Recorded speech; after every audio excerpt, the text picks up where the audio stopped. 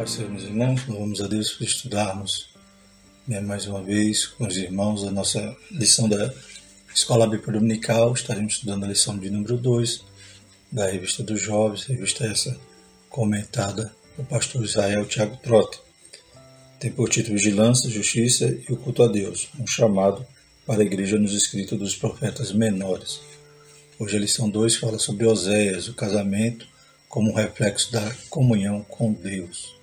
Então veremos que como Deus se relaciona com o povo de Israel e hoje com a igreja. Nesse sentido, ele faz essa analogia do casamento, da forma como ele nos ama de forma incondicional. E requer de nós também que sejamos, que o amemos de todo o nosso coração e que sejamos fiéis a ele. Então a gente vai ver aí os erros de Israel exemplificado na vida pessoal do profeta. Então Deus aproveita, usa-se dos acontecimentos na vida do profeta para falar com Israel através daquele exemplo que realmente Israel estava vivendo daquela forma. O texto do dia, da nossa lição é: contendei com vossa mãe, contendei, porque ela não é minha mulher e eu não sou seu marido. Então aí a gente vê essa dura declaração, essa dura sentença, semelhante exatamente ao divórcio, ali quando percebemos ali na vida de José, quando ele separa-se de sua esposa por causa do adultério, e isso exemplifica como Deus se estava sentindo em relação à nação de Israel. Também a nação de Israel havia rejeitado todo o amor de Deus, todo o seu favor, todo o seu cuidado para ir atrás de ídolos, de estátuas, de deuses falsos, deuses que não podiam de forma nenhuma ter feito com que Israel chegasse ali, libertado Israel, socorrido Israel, cuidado dela como cuidou no deserto e formou uma grande nação. Porém, o povo ingrato acaba se voltando as costas para Deus e indo atrás de ídolos, que para Deus é como a prostituição. A síntese da nossa lição diz: Oséias recebeu a missão de profetizar para Israel, um povo ingrato e obstinado. Na consecução desse propósito, venceu um drama particular ao ser traído por sua mulher. Então vemos que a vida de Oséias serviu de um tipo do relacionamento de Israel com Deus. Deus, o marido que ama incondicionalmente, e Israel, a esposa de Oséias, que prefere ir atrás dos amantes e acaba sendo infiel ao seu marido, da mesma maneira como Israel estava sendo infiel a Deus. O texto bíblico se encontra em Oséias 2, 1 e 2 e versos 14 a 17. Passamos a leitura. Dizei a vosso irmão a mim e as vossas irmãs Ruama: contendei com vossa mãe, contendei, porque ela não é minha mulher e eu não sou seu marido. E desvie ela as suas prostituições da sua face e seus adultérios de entre os seus peitos. Portanto, eis que eu a atrairei e a levarei para o deserto, e lhe falarei ao coração. E lhe darei as suas vinhas dali e o vale de Arcó por porta de esperança, e ali cantará como nos dias da sua mocidade, como no dia que subiu da terra do Egito. E acontecerá naquele dia, diz o Senhor, que me chamarás meu marido, e não me chamarás mais meu Baal. E da sua boca tirarei os nomes de Balaíns, e seus nomes não virão mais em memória. Então percebemos nessas duas porções da palavra de Deus, um momento que simboliza ali o divórcio, ou seja, Deus, através da vida ali de Oséias, estava profetizando a nação sobre essa condição de que ele não seria mais o marido, Era como se estivesse separando. Sendo que agora nessa outra porção, versos 14 e 17, vai mostrar Deus resgatando, Deus ainda amando e atraindo de volta com cordas de amor, como diz a palavra do Senhor. Esse é o objetivo da nossa lição. Então temos 3 objetivos que deveremos aprender em cada tópico: refletir a respeito da vida de Oséias e seu drama pessoal, compreender a linguagem do casamento como reflexo da comunhão de Deus com seu povo e explicar como a experiência pessoal de Oséias contribuiu para fundamentar sua profecia. A introdução diz o seguinte: prezado professor, na lição desse domingo estudaremos o livro de Oséias. Ele nos revela uma história de amor entre Deus e o seu povo. Contudo, os israelitas não compreenderam nem retribuíram esse amor. Eles escolheram o caminho da maldade, da idolatria, da desobediência e do pecado, indo para longe do Senhor. Que tanto os amava. Todavia Deus levantou vários profetas, Oséias foi um deles, para transmitir ao povo rebelde e infiel sua mensagem de amor, de exortação e de consolo. Oséias nos ensina a respeito de um Deus que nos ama de maneira incondicional, um pai que deseja ter um relacionamento com seus filhos fundamentado no amor e na fidelidade à semelhança de um casamento. Então, percebemos que esse modelo, esse exemplo, essa analogia que Deus utiliza ali através da vida de Oséias, no tocante do marido, da esposa, da fidelidade, do cuidado, como a própria Bíblia vai depois no Novo Testamento, Paulo ali nos ensinando a respeito do casamento, que a mulher deveria ser submissa, deveria amar o seu marido e o esposo amá-la como Cristo amou a igreja. Então esse relacionamento, essa analogia do casamento que Deus utiliza normalmente é para demonstrar que Ele é fiel, que Ele ama de forma incondicional, Ele é aquele que nos resgata, porém, muitas das vezes como Israel, acaba virando as costas para Deus, indo atrás de outros deuses.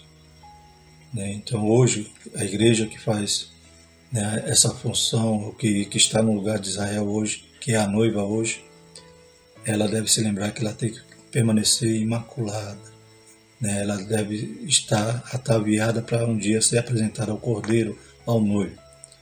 Então que nós aprendamos através dos exemplos ali da vida de Oséias e da situação que Israel andou, devemos aprender a não incorrer sobre esses erros e buscar uma vida de fidelidade com o nosso Deus.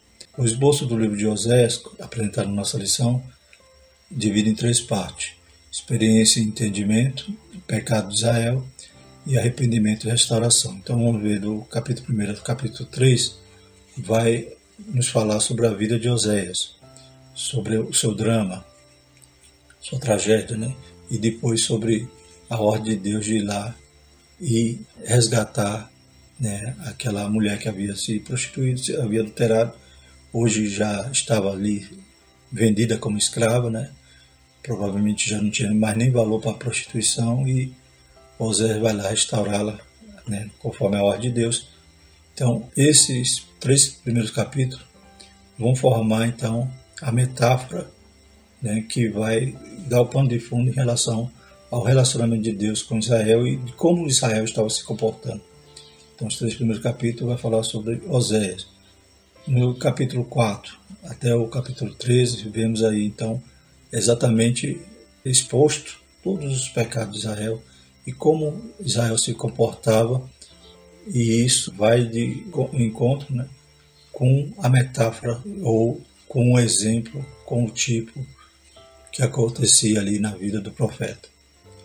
E por último, no próprio capítulo 14, os versículos finais aqui do livro de Oséias, vai falar sobre a restauração, o arrependimento, a súplica final ao arrependimento, a promessa de bênçãos últimas e o epílogo. Então Deus agora demonstrando, mais uma vez, conforme a vida de Oséias, que Oséias vai lá resgatar a mulher, Deus também vai resgatar Israel e vai cumprir toda a sua palavra, louvado seja o nome do Senhor. Então Deus é amoroso, mesmo sabendo que Israel pecou, se distanciou, e agora ela ia passar para o juízo.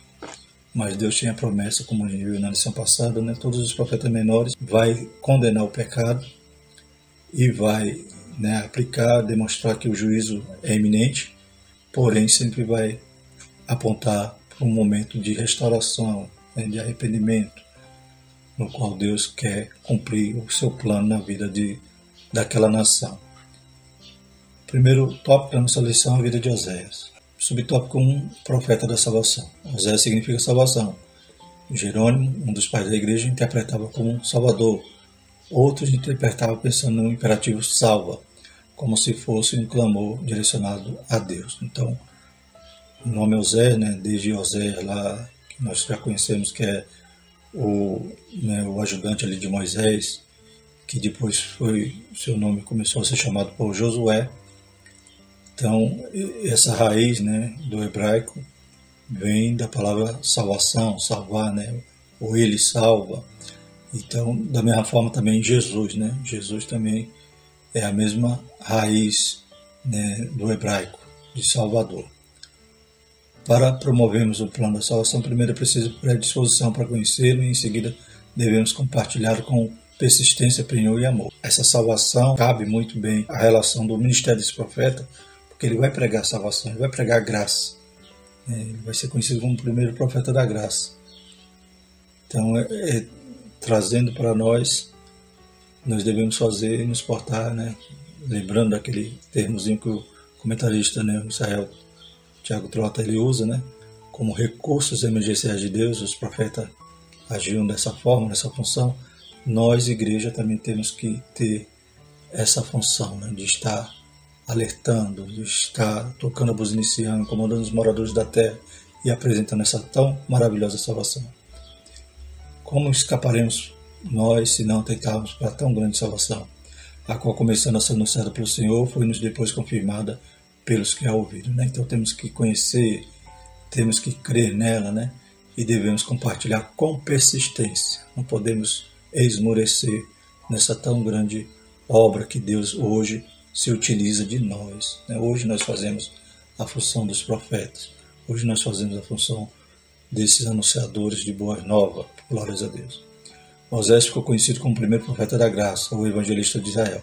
Seu nome vem da forma hebraica Oshéia, que no original procede da mesma raiz a palavra Jesus ou Josué. Então todos esses nomes têm esse mesmo sentido, essa é a mesma raiz de salvação.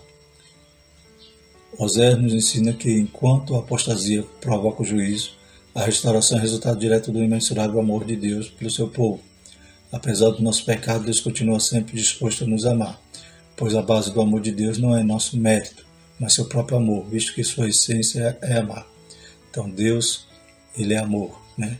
E ele nos amou, Deus amou de muita maneira que deu seu Filho unigênito. Então a essência de Deus é o amor. Claro que a gente sabe que ele é justiça, ele é juízo, né? Mas para chegarmos a ele, para alcançar, para termos direito à salvação, foi fruto do seu amor, né? Foi obra do seu amor. Romanos 5,8 diz: mas Deus prova o seu amor para conosco em que Cristo morreu por nós, sendo nós ainda pecadores.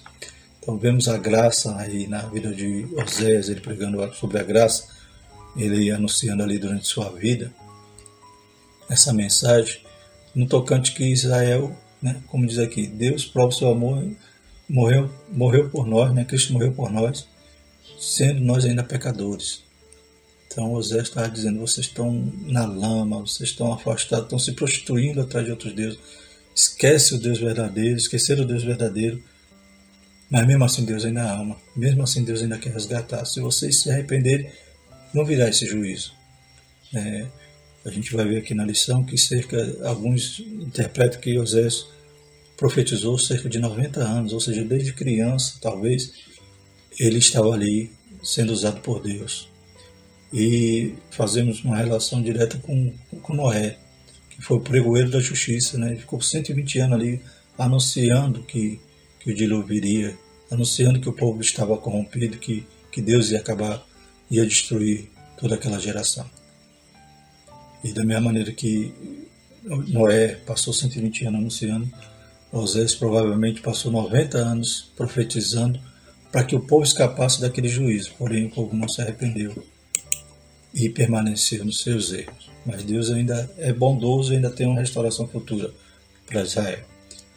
Segundo subtópico, sua origem e ocupação. É provável que Osés fosse natural de Bet-Semes e pertencesse à tribo de Zaccar. Ao referir-se ao rei de Israel, utilizou o pronome na primeira pessoa do plural, nosso rei. Está lá em Osés 7,5. E no dia do nosso rei, os príncipes se tornaram doentes com a excitação do vinho. Ele estendeu a sua mão com os escarnecedores. Então vemos aqui que tudo que a gente conhece de Osés é o que está no seu próprio livro. Vemos algumas citações do seu texto, né? durante o Novo Testamento ali, eu vejo Jesus falando alguma coisa, né, profetizando ali a respeito das grávidas, coisas que também, né, no momento ali de tribulação que Israel ia passar no ano 70 ou no final dos tempos, né, na grande tribulação. E a gente vê também em Osés esses textos também referindo ali ao seu tempo. Então, Osés ele é citado diretamente em vários livros do Novo Testamento. E percebemos aqui que não tem uma outra fonte, só o próprio livro, e tudo indica que ele era do Reino do Norte, das 10 tribos, provavelmente natural de Bet-Semes, a tribo de Zacá. Ele citou diversas referências geográficas, envolvendo a cidade do Norte, Efraim, Mispa, Tabor, Gilgal, Betel, Jezreel, Gibeá, Ramá e Gileade, indicando o conhecimento de alguém natural daquela área. Então, provavelmente ele era do Reino do Norte e estava anunciando, profetizando para o Reino do Norte. Possivelmente foi um padeiro, visto que descreveu o ato de salvar a massa, apresentando um conhecimento prático na área. Todos eles são adultos, semelhantes são ao forno aceso pelo padeiro, que cessa de até a fogo, desde que amassou a massa até que seja levedada. Então ele vai citar, né, na sua profecia, né, alguns exemplos e vai fazer ali algumas analogias à função do padeiro. Então também é uma indicação, não é afirmação, mas é uma indicação que provavelmente a sua função, ou ele conhecia, né, a arte ali de ser padeiro. Sua origem e ocupação, acreditamos que ele era um simples mercador, que ao vender seu produto aproveitava para exaltar sua geração nos mercados de cidade próxima, como Jezreel e Samaria.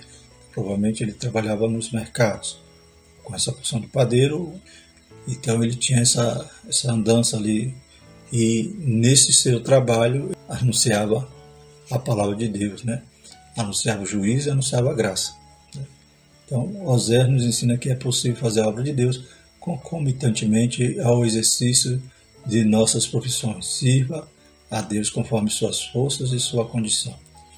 E temos aqui um exemplo, né, de Atos 18, 2, 3 sobre Paulo, né? E achando um certo judeu por nome Áquila, natural do Ponto, que havia pouco tinha vindo da Itália, e Priscila sua mulher, pois Cláudio tinha mandado que todos os judeus saíssem de Roma, se ajuntou com eles. E como era do mesmo ofício, ficou com eles e trabalhava, pois tinha por ofício fazer tendas. Então, nós devemos fazer tudo, como diz Eclesiastes, tudo que vem à nossa mão para fazer, a gente faça. Então, não precisamos, né, estar somente fazendo a obra de Deus em período integral. Nem sempre a gente vai ter essa abertura, essa possibilidade. Mas mesmo trabalhando no nosso ofício, como Paulo, que era fazedor de tendas, como Osés, que era provavelmente padeiro, mercador, então mesmo assim a gente tem oportunidade de fazer a obra de Deus.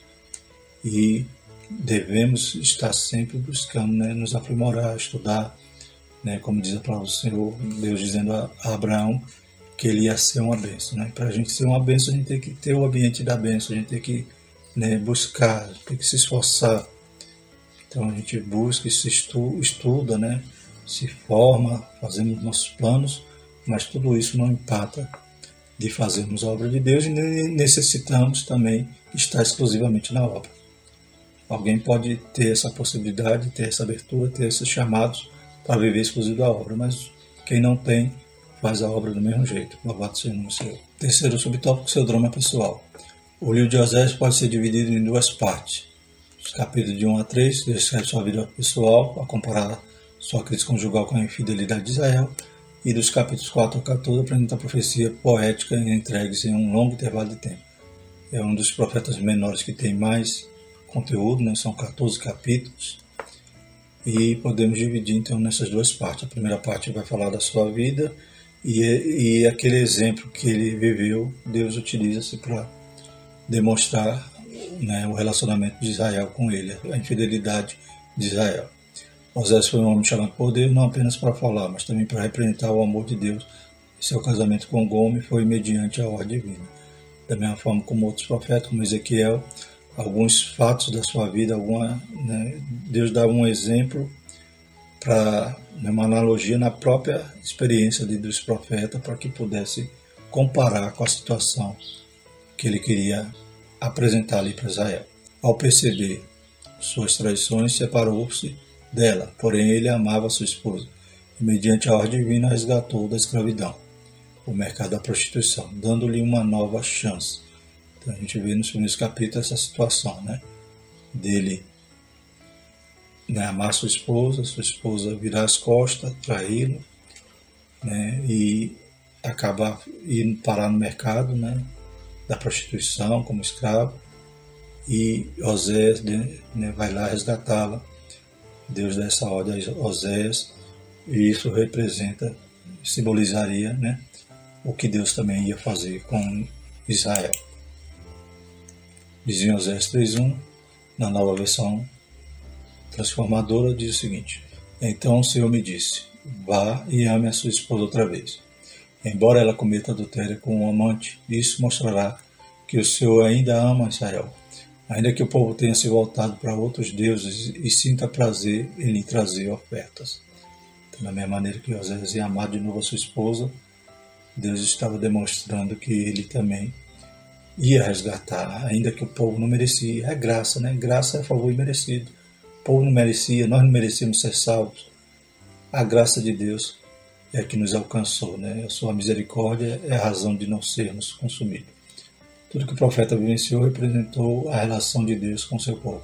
O casamento de Oséias foi providencial, pois lhe forneceu a analogia necessária para que ele dirigisse sua mensagem a Israel. Então, conforme a gente vai ver daqui a pouco, cerca de 90 anos ele é ali profetizando, e a sua experiência de vida serviu para ele anunciar a mensagem, né? Ele também é uma relação, né, da forma como Oséias pregava com Jeremias, né? Que Jeremias se comovia, ele sentia ali, né? Está chamado, né, o profeta chorão. E Oséias também, ele sentia a dor de Deus quando via Israel, né, semelhante à situação que ele viveu com sua esposa. A mensagem profética de Oséias começou a partir de sua vida pessoal. Duas lições são extraídas dessa experiência. Às vezes o sofrimento torna-se um caminho para o crescimento.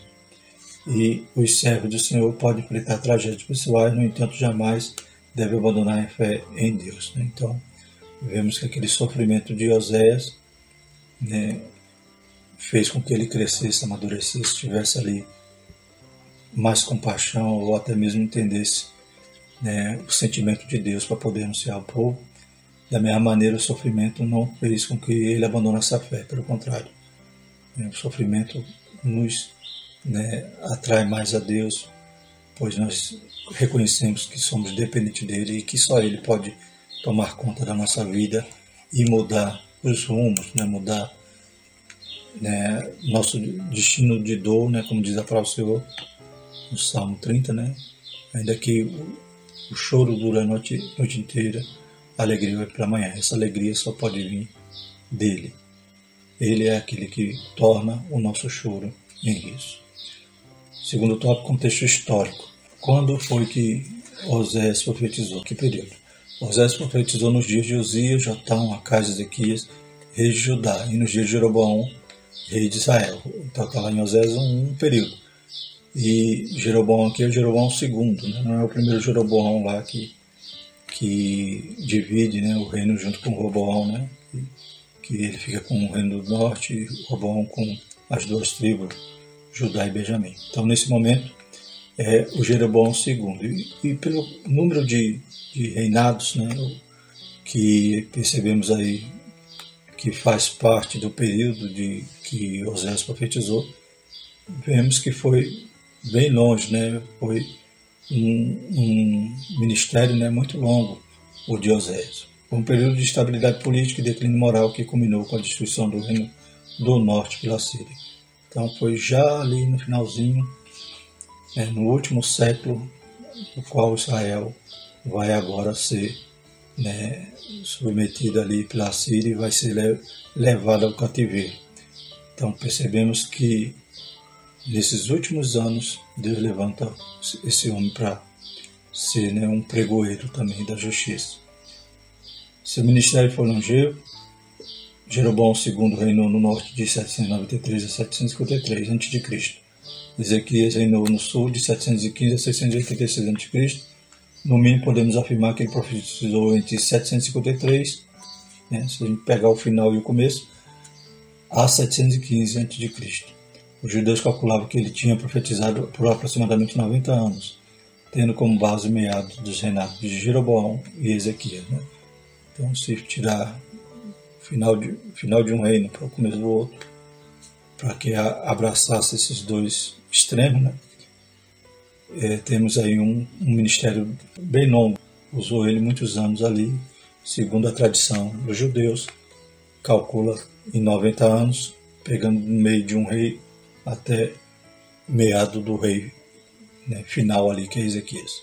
Embora o tempo seja exagerado aos nossos olhos, sabemos com certeza que foram muitas décadas dedicadas ao profetismo. Ele foi contemporâneo de Amós. Né? Amós era um profeta de Judá que veio profetizar no Reino do Norte. Isaías e Miqueias, esses profetizaram em Judá. E viveu no tempo áureo da profecia, tanto Israel como Judá. Osés foi testemunha da destruição do Reino do Norte em 722 a.C. E com muita tristeza presenciou o cumprimento de suas profecias. Né? Então, tudo aquilo que ele exortava, ele trabalhando, ele ensinando o povo, ele, né, proclamando ali a palavra de Deus, tudo aquilo que ele anunciava, dizendo, se não se arrepender vai acontecer, se não arrepender vamos ser destruídos. Né?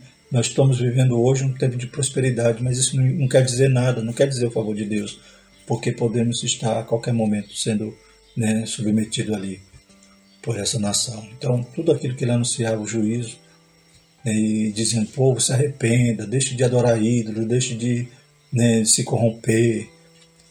Infelizmente, tudo aquilo que ele anunciou, ele acabou vendo o resultado, porque o povo não se arrependeu. Segundo a Reis 17:23, diz até que o Senhor tirou a Israel de diante de sua presença, como falava pelo ministério de todos os seus servos, os profetas. Assim foi Israel transportado da sua terra à Assíria, onde permanece até os dias de hoje. Né? É interessante que fala até o dia de hoje, é claro que até os dias que estava sendo escrito ali o livro do Segundo Reis. Provavelmente os livros dos reis foram escritos ou foi compilado nos dias de Jeremias. Né? Jeremias provavelmente foi o que, né, passou por Isaías, talvez, dias de Ezequias, então, mas Jeremias é aquele que compila os livros dos reis. Então, até os dias de Jeremias, ele diz, até os dias de hoje. Mas, na realidade, é até os dias de hoje também. Por quê? Porque o Reino do Norte, né, ele foi levado para o cativeiro e foi espalhado pelo mundo. Judá, né, que vai acontecer depois de mais de 100 anos, né, que vai ser também levado ao cativeiro, vai agora para a Babilônia, eles voltaram, mas o Reino do Norte não voltou. Então as tribos estão perdidas, né? São as 10 tribos perdidas. De vez em quando se encontra um grupo. E nesses últimos dias encontrou uma parte ali de uma tribo lá na Índia. Então fizeram lá o exame de DNA e conseguiram constatar que ali era uma tribo de Israel. Mas a profecia de que Deus vai resgatar todas as tribos está de pé. Né? Então hoje uma ou outra retorna. Mas, após o arrebatamento da igreja ali, se cumpre todas as profecias sobre Israel. Então, todas as tribos estão ali, reunidas. Então, que peso terrível, né? Que juízo terrível eles tiveram. Judá ainda teve um privilégio de retornar e hoje Israel está lá. Mas as tribos do norte estão ainda espalhadas, ainda vão retornar para se cumprir a palavra de Deus. Eles vão se tornar uma só nação. Também está profetizado aí no livro de Osés. Prosperidade e paganismo. Naquela época, Israel desfrutava de um surto de prosperidade, como resultado de uma grande expansão de terras. Está aqui em 2 Reis 14:25, diz também, este restabeleceu os termos de Israel, desde a entrada de Amate até o mar da planície, conforme a palavra do Senhor, Deus de Israel, o qual falaram pelo ministério do seu servo Jonas, filho do profeta Amitai, o qual era de Gat-Hefer. Né? Então esse é Jeroboão II, que restabelece então alguns limites ali. Israel então estava com toda essa expansão, né? Então havia prosperidade. A Síria estava debilitada, as rotas de caravanas que antes eram dominadas por Damasco estavam sob controle de Israel. Então até essas vias comerciais Israel controlava. O comércio crescia e os cidadãos de Israel viviam no luxo e na prosperidade. C.S. Lewis já dizia que a prosperidade é o clima propício para as campanhas do diabo. A prosperidade deixou as pessoas gananciosas e insensíveis às realidades espirituais. Então, muitas vezes, a prosperidade não quer dizer que está na bênção, né? O inimigo engana, né? Então o inimigo ali dava essa aparência, né? Esse falso sentimento de que eles adorando ídolos, adorando, né? Buscando, né? Se prostituir atrás de outros deuses e vivendo agora em prosperidade, achavam então que Deus estava favorável a eles. Mas pelo contrário, né? Então eles estavam ali sendo enganados e isso iludia eles a ponto de achar que Deus não estava ligando para os seus pecados. A adoração idólatra dos cananeus tinha se espalhado por toda a terra de Israel. Os cultos e sacrifícios continuavam, mas não eram oferecidos ao Senhor. Se havia uma colheita boa, os israelitas chegavam ao cúmulo de atribuir essa dádiva a Baal. Então havia ali muitos altares em Israel. Desde o dia de Jeroboão, na realidade, ele quase que anula ali a verdadeira religião, né, o verdadeiro judaísmo, ele anula, porque ele cria ali altares a bezerros de ouro, e esses altares continuam até o final, até os dias de Osés. Aqui vai falar sobre esses bezerros de ouro. E o pior, que agora eles também estavam adorando a Baal, e atribuía, né, como Baal era o deus da prosperidade, atribuía as bênçãos, as dádivas, né, as colheitas a Baal. Em Oséias 7,14, nova versão transformadora, diz: não clama a mim de coração sincero. Em vez disso, geme angustiado em suas camas. Cortam-se ritualmente e suplicam por trigo e vinho novo. Mas de mim se afastam. Então, isso aí não era um clamor a Deus. Isso aí não era um sacrifício genuíno, né? Eles gemiam, gritavam, se cortavam. Isso era a maneira que eles aprenderam como adorar Baal. Lembremos de quando Elias desafia ali os profetas de Baal e de Aserá, os profetas clamando lá para Baal mandar fogo, e eles, em determinado momento, começam a se cortar. Então, eles não adoravam a Deus. Pelo contrário, né? Deus está dizendo: mas de mim se afasta. Os israelitas foram seduzidos pela idolatria e abandonaram o Deus de Israel. Vários bezerros de ouro foram levantados e cidades do norte, como Dan e Betel, tornaram-se grandes centros idólatras, né? Então, esse bezerro, desde o dia de Jeroboão I, depois de vários reis, né, Acabe e todos aqueles reis que intermeiam, né, até chegar nesses dias aqui de Osés, que estamos aqui nos dias de Jeroboão II, né, e até os dias de Osés, que é o último rei ali de Israel, a gente vê que os bezerros ainda continuavam. Pode conselhos, ou melhor, Osés 4,12, na nova versão transformadora.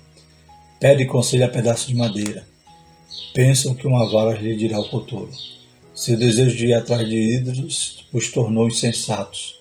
Prostituíram-se cometendo adultério com outros deuses e abandonando o seu Deus. Então, vemos que a idolatria é generalizada. Então, vemos aí o exemplo da esposa de José, né? Ele ama, Deus pede para ele casar com aquela mulher, com um homem, casa-se com um homem, e ela daqui a pouco, né, ela dá os filhos a José, daqui a pouco ela trai, adultera e vai embora, né? Mesmo assim, depois Deus diz: vai lá e resgata ela. Era assim Israel. Era essa mulher que vira as costas para o marido, esquece que quem abriu o mar vermelho para eles passar, que quem dava maná, quem dava codornizes, quem derrubou a muralha de Jericó, quem, né, aleluia, derrubou todos os inimigos que vinham contra Israel, e agora vão adorar Baal, vão adorar o bezerro de ouro. Que Deus nos ajude, né, irmãos? Que também vivemos em dias trabalhosos, que as pessoas vão adorar, né, o seu próprio ego, vão adorar profetas, vão adorar cantores, vão adorar... Então hoje os evangélicos também são muitas das vezes idólatras. Que Deus nos ajude, que Deus não... pois Ele não divide a sua glória com ninguém. Para os homens, a prosperidade normalmente é vista com bons olhos. No entanto, devemos estar sempre atentos, pois enquanto a aprovação nos conduz à oração, como um vento impulsiona um veleiro, o conforto pode nos seduzir para uma vida de acumulação espiritual. Então, reflitamos, né? Como é que estamos vivendo? Está tudo bem? O mar está tranquilo? Glórias a Deus. O trabalho, Deus abriu a porta, temos um trabalho bom, está nos dando um bom rendimento. É essa hora que você tem que se arrepender, buscar mais o Senhor, estar mais aos seus pés e agradecer a Ele. Amém? Porque na hora da dor a gente vai para Deus, mas na hora da abundância a gente tem que também exaltá-lo, agradecer e bendizer o seu santo nome, porque Ele é aquele que cuida, Ele que abre e fecha. Líderes religiosos corrompidos, terceiro subtópico.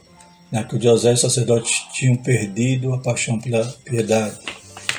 Eles abandonaram seus postos sagrados e se uniram aos salteadores nas estradas. Imaginem, os sacerdotes eram idólatras, eram falsos, os sacerdotes ofereciam em altares impuros, né, os seus sacrifícios, porque não era Deus, era Baal, eram os bezerros de ouro. E até mesmo eles se juntaram aos salteadores, aos ladrões, aos homicidas. O meu povo foi destruído porque lhe faltou conhecimento. Porque tu rejeitaste conhecimento, também eu te rejeitei, para que não seja sacerdote diante de mim. Visto que te esqueceste da lei do teu Deus, também me esquecerei de teus filhos. Então, o povo erra por falta de conhecimento. E esse sacerdote que tinha que estar buscando conhecimento de Deus, desprezava a lei, desprezava todo o mandamento e iam atrás da sua própria religião, do seu próprio culto, feito do seu jeito e não do jeito santo, do jeito puro, do jeito que a palavra de Deus ensinava. Os homens que deveriam ser exemplos espirituais tornaram-se decadentes, corruptos. Enquanto o sacerdote prevaricava, Deus levantou um simples padeiro para ser um profeta. Glórias a Deus, né? Recurso emergencial. Gostei desse termo do nosso comentarista. Osés chegou a descrever que a vida espiritual da nação tinha decaído de forma assustadora. Osés 4:12, na versão transformadora, vocês fazem votos e não os cumprem. Matam, roubam e cometem adultério. Há violência em toda parte e um homicídio atrás do outro. Né? Então a idolatria levou o povo a tudo isso. A uma vida sem justiça social, uma vida de violência. Né? Então a partir do momento que a gente deixa Deus e quer ser religioso, cumprir os nossos próprios ritos, né? E não se enquadrar na palavra que é a nossa bússola, né? Que é a nossa única regra de fé e prática, não buscar na palavra e tentar viver como ela nos orienta. Então uma religião que apenas me agrada, que apenas vá ao encontro das minhas vontades, dos meus prazeres, eu vou estar também abrindo a porta para o diabo operar todos os outros pecados na minha vida. Então matava, roubava, cometia um adultério e era um homicídio atrás do outro.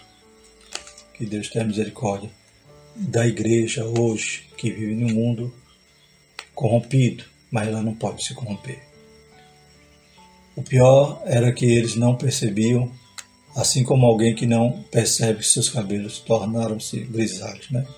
Então vai estar no versículo no livro de Osés falando assim, né?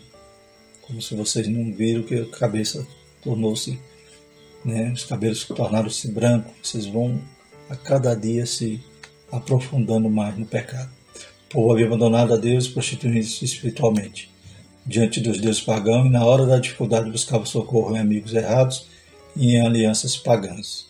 Quando Efraim viu a sua enfermidade e Judá a sua chaga, subiu Efraim à Síria e enviou ao rei Jarede, mas ele não poderá curar-vos, nem sarar a vossa chaga. Né? Então, em vez de buscar a Deus, quando tinha um problema, iam atrás de alianças erradas, né? Amigos errados. Osés colocou-se na disposição de Deus e por isso foi usado pelo Senhor em um momento nevrálgico da história de Israel. Estamos nós preparados para seguir os passos de Osés, agindo como jovens íntegros em nossa geração. Se nossas referências estão se apostatando, sejamos nós a referência. Amém? Então Osés profetizou até o final, até Israel ser levado ao cativeiro, né, para a Síria. E nós também temos que profetizar até a volta de Jesus, pois também estamos vivendo um momento nevrálgico da história do mundo e os momentos derradeiros da igreja aqui na Terra. Terceiro ponto, então vamos falar agora voltando, né, pelos primeiros capítulos, falando ali do exemplo da metáfora na vida de Oséias, o casamento, como reflexo da comunhão com Deus. A metáfora do casamento. Oséias, por meio de sua própria experiência, exortou Israel sobre o perigo da infidelidade. Né? Então ele teve uma experiência, ele viveu ali, né, e ele pôde exemplificar para Israel a própria dor dele e a própria situação da sua esposa. Em Jeremias 3,2 diz: levanta os olhos aos altos e vê onde não te prostituíste.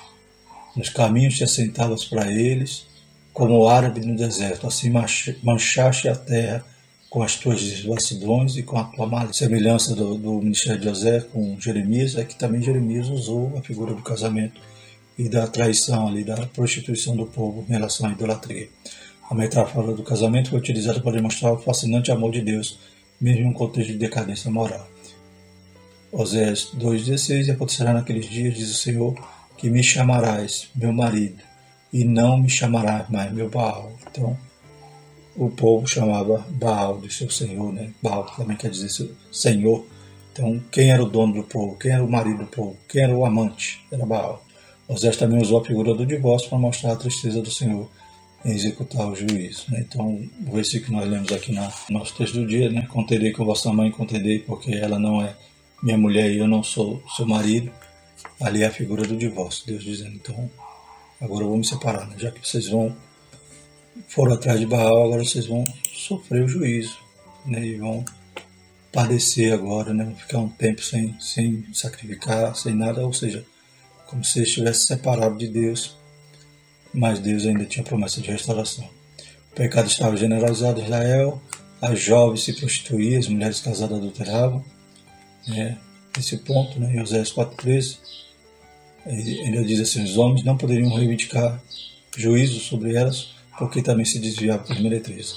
Então, a terra, além da prostituição espiritual, havia a prostituição mesmo, né, física ou literal. E os homens, como diz aqui, não iam poder nem falar nada, não poderiam nem apedrejar as adúlteras, porque eles também andavam por esses caminhos. O culto ao Senhor tinha sido descaracterizado. Betel, casa de Deus, foi ironicamente apelidada por Oséias de Bet-Aven, casa dos ídolos, pois o lugar que antes era conhecido como centro de adoração tornou-se um local marcado pela idolatria. Né? Então, desde Jeroboão I, né, percebemos que houve ali um descaso, né? Houve ali um lugar onde Jacó falou com Deus, onde chamou ali de casa de Deus, onde levantou o altar ali, agora era o lugar do ídolo, né? E Oséias chama, né? Em vez de Betel, vai chamar de Bet-Ave, que quer dizer casa dos ídolos. Então não era mais a casa de Deus. Então o lugar que era antes conhecido como sede de adoração tornou-se um local marcado pela idolatria, e lá havia um bezerro de ouro. Se tu, ó Israel, queres corromper-se, não se faça culpado, Judá. Não venhas a Gigal, e não subais a Bet-Ave, e não jureis, dizendo: vive o Senhor. Então, não era mais Betel, era Bet-Ave, casa dos ídolos. O Senhor estava cansado de uma adoração superficial e falsa. O juízo se aproximava, e a nação, antes era esposa, foi comparada à figura de uma meretriz. O juízo de Deus seria iminente. Então Deus ia castigar esse povo. Eles tinham a oportunidade de se arrepender, como Nínive se arrependeu nos dias de Jonas. Mas o povo ali não se arrependeu. Porque eu quero misericórdia, não sacrifício, e o conhecimento de Deus mais do que o holocausto. Oséias 6,6. Oséias 9,1 diz: não te alegres, ó Israel, até saltar como os povos, porque te foste do teu Deus como uma meretriz. A marcha paga sobre todas as eiras do trigo.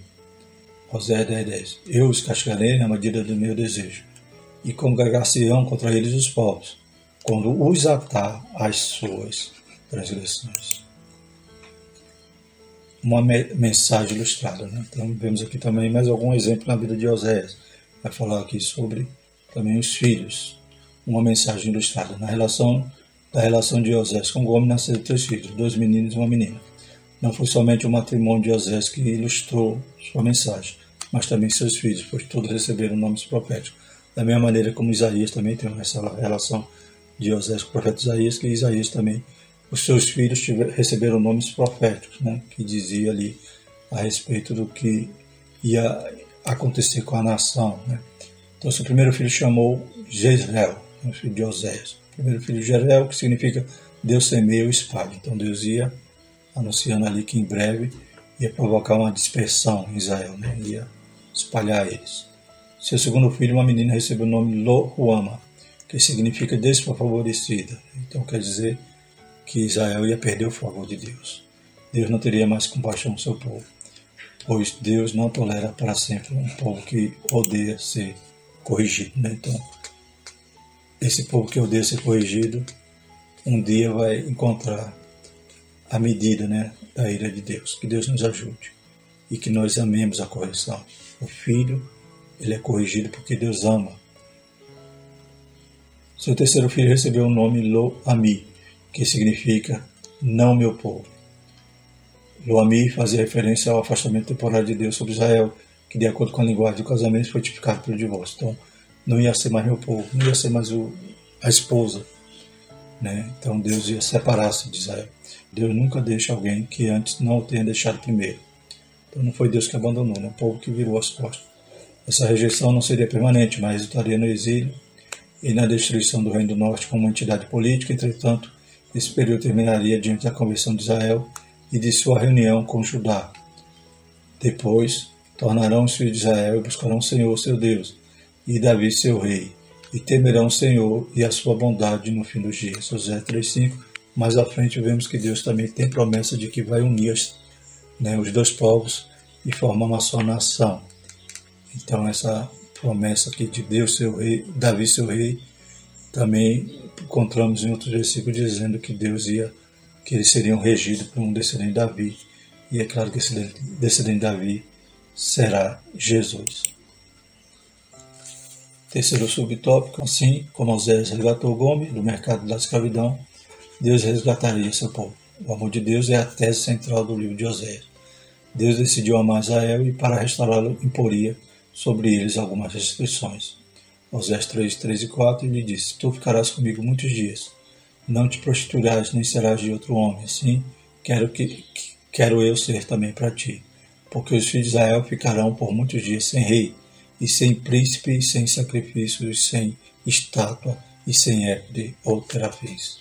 Então isso demonstra o período que Israel ficaria, espalhado, no cativeiro. Então não teria mais rei, não teria mais sacrifício, não teria mais nada. Era o divórcio, a separação. Mas isso ia ser por um tempo determinado, ou será por um tempo determinado, quando Deus vai cumprir a promessa também em relação ao Reino do Norte. O Reino do Sul já voltou, mas o Reino do Norte ainda está espalhado para se cumprir essa promessa. A disciplina é resultado de um julgamento fundamentado do amor. No deserto, Deus falou ao coração do seu povo. A expressão "e lhe falaria ao coração" reflete um diálogo íntimo e romântico, tal como um esposo se dirige à sua mulher. Há poucas passagens na Escritura que se aproximam das expressões emocionais do amor de Deus para Israel, tal como vemos em Oséias. Então, em Oséias mostra o amor.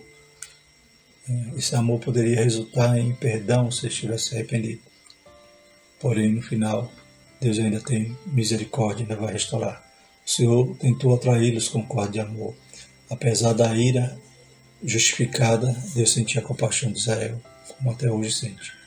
O profeta anunciou que o Senhor dos Exércitos livrá-lo-ias da perversidade de modo voluntário e de modo voluntário os amaria. Deus faria mais do que perdoar o seu povo, irá transformar. Oséias 14:4. Eu sararei a sua perversão. Eu voluntariamente os amarei, porque a minha ira se apartou deles. Efraim dirá: que mais tenho eu com os ídolos? Eu tenho ouvido e isso considerarei. Eu sou como uma faia verde, de mim é achado o teu fruto.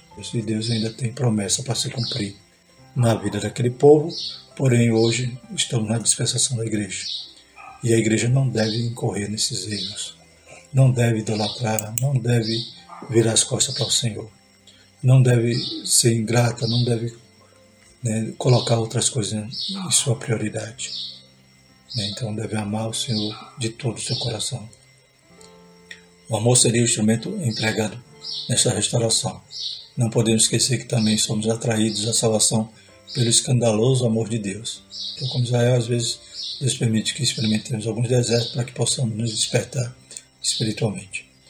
Romanos 5, 6-8 diz: porque Cristo, estando nós ainda fracos, morreu ao seu tempo pelos ímpios, porque apenas alguém morrerá por um justo, pois poderá ser que, pelo bom, alguém ouse morrer. Mas Deus prova o seu amor para conosco, em que Cristo morreu por nós, sendo nós ainda pecadores. Romanos 5, 6-8. Concluindo, irmãos, glórias a Deus, louvamos ao Senhor por tudo que aprendemos. Osés tem muito a nos ensinar, sobretudo com a sua vida. Sua pregação apresenta um Deus que ama incondicionalmente. Deus abençoou Israel com liberdade e a terra transformando escravos em uma grande nação. Porém, Israel mostrou-se infiel.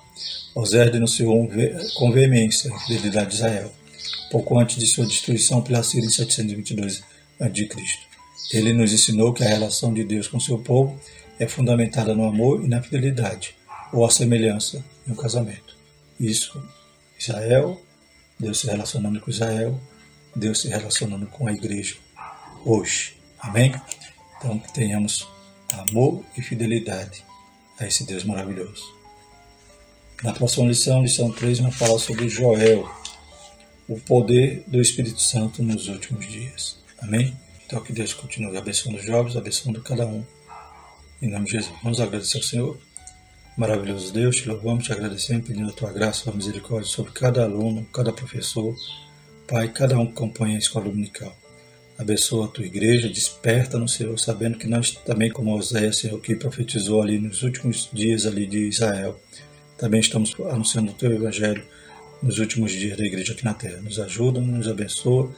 Pai, desperta os jovens, Pai. Desperta o dom que há em cada um, para a glória do teu nome. Amém. Que a graça do nosso Senhor Jesus Cristo, o amor de Deus e a consolação do Espírito Santo seja conosco, hoje e para todos sempre. Amém.